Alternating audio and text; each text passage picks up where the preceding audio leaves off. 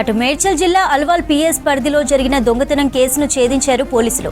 Kaushik, రవితేజలను arrest చేసినట్లు తెలిపారు. నిందితులను 9 లక్షల విలువైన 12 తులాల బంగారంతో పాటు బైక్, సుత్తే స్వాధీనం చేసుకున్నామన్నారు.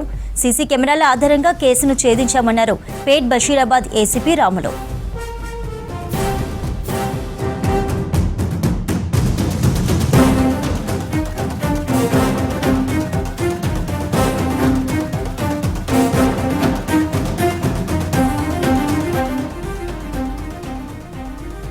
మేడ్చల్ జిల్లా అల్వాల్ పిఎస్ పరిధిలో జరిగిన దొంగతనం కేసును ఛేదించారు పోలీసులు. కౌశిక్, రవితేజలను అరెస్టు చేసినట్లుగా తెలిపారు. నిందితుల నుంచి 9 లక్షల విలువైన 12 తులాల బంగారంతో పాటు బైక్, సుత్తే స్వాధీనం చేసుకున్నామన్నారు. సీసీ కెమెరాల ఆధారంగా కేసును ఛేదించామన్నారు పేట్ బషీరాబాద్ ఏసీపీ రాములు.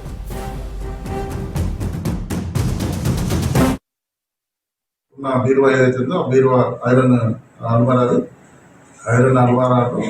బ్రేక్ చేయడం వల్ల లోపల లాకర్ ఉండే లాకర్ యొక్క కీ అల్మారాలో ఉండడం వల్ల తీసుకొని ఓపెన్ చేసుకుని దాంట్లో బంగారం పెంచుకొని పోవడం జరిగింది. దీంట్లో పోలీసు దర్యాప్తులో జరిగిందంటే ఈ విషయం తెలియగానే డీసీపీ గారి ఆధ్వర్యంలో 4 టీములు ఫామ్ చేయడం జరిగింది. సిసిఎస్ సంబంధించి వాళ్ళు ప్లస్ లోకల్ పోలీస్ వీళ్ళు మొత్తం 4 టీంలు తయారు చేయడం జరిగింది.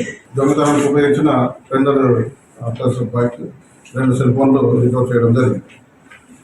ఇందులో నేరస్తుల గురించి చేస్తే A2 ఎవరైతే ఉన్నారో రవితేజ ఇంతకుముందు మల్కాజ్గిరి పోలీస్ స్టేషన్లో గాంజా కన్జ్యూమర్ కేసు కింద ఆయన పైన ఒక కేసు నమోదైంది.